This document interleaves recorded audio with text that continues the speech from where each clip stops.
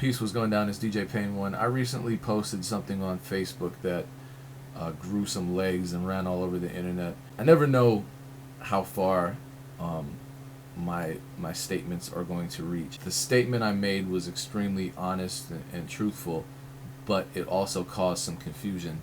So people wanted some clarity and they wanted some context.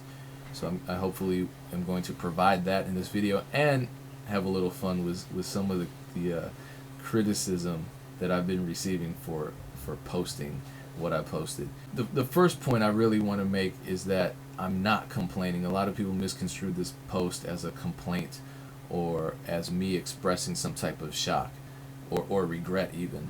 I'm not complaining. I didn't say which project I was referring to. People put two and two together because you're all a bunch of smart sons of guns and deduced that I was referring to my work on Young Jeezy's Recession album, which came out 7 years ago. Now let me just be very serious for a second and not mince words at all. I'm very grateful not only to Young Jeezy but to Brendan, to Young Jeezy's engineer. I apologize that I don't know his name.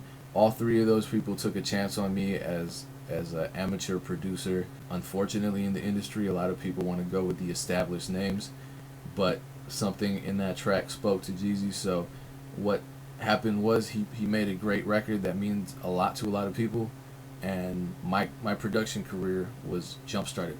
I'm not complaining at all.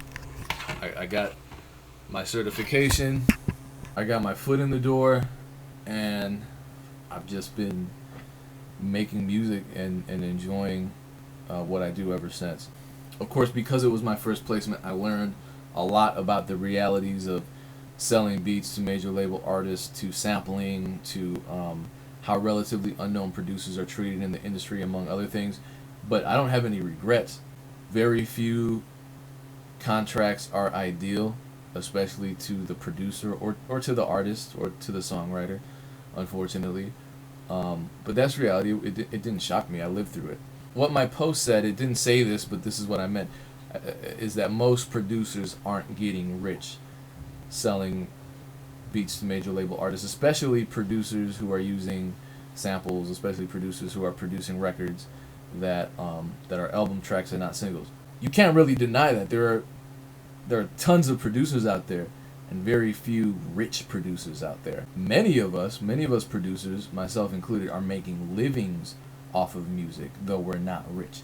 That's perfectly fine. That's actually a great thing. If you can have a sustainable career doing something that you love, what's bad about that? And this is the internet, so a lot of people were saying some crazy stuff about me. Everything from I can't read contracts to I was dumb enough not to have an entertainment lawyer, to all this other stuff, and none of that's true, obviously, but that doesn't bother me. What did kind of bother me was that I was reading a lot of producers saying, well, this makes me want to quit. And I don't want to see anybody quit. I want to see everybody successful. But to the people saying this makes me want to quit, I'll tell you this. If you don't have faith in your abilities to put in the time and energy to build a sustainable music career for yourself, then maybe you should walk away from this. But for the rest of you, keep working and most importantly, keep learning. And I try my best to give you good information about building independent music careers. And there's a lot more information out there and a lot more helpful individuals to learn from. So keep your eyes on that and just be in the habit of learning. So number 3, why is my royalty account at a negative number, right? Number 1, the advance. Some people were debating whether or not I got paid in advance. Of course I got paid in advance. Are you crazy? So I get my advance, right? The label has to recoup that advance. There is a sample in the beat. The label pays the sample clearance fee. I don't pay out of pocket, but the label has to recoup that. I believe it was about $10,000.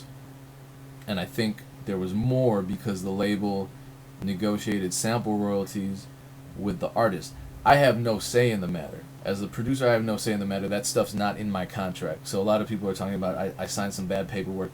This is unfortunately how things go. The label will negotiate with the publishers or the estate of the person that was sampled. I'm not included in that negotiations process. So the label does whatever they want.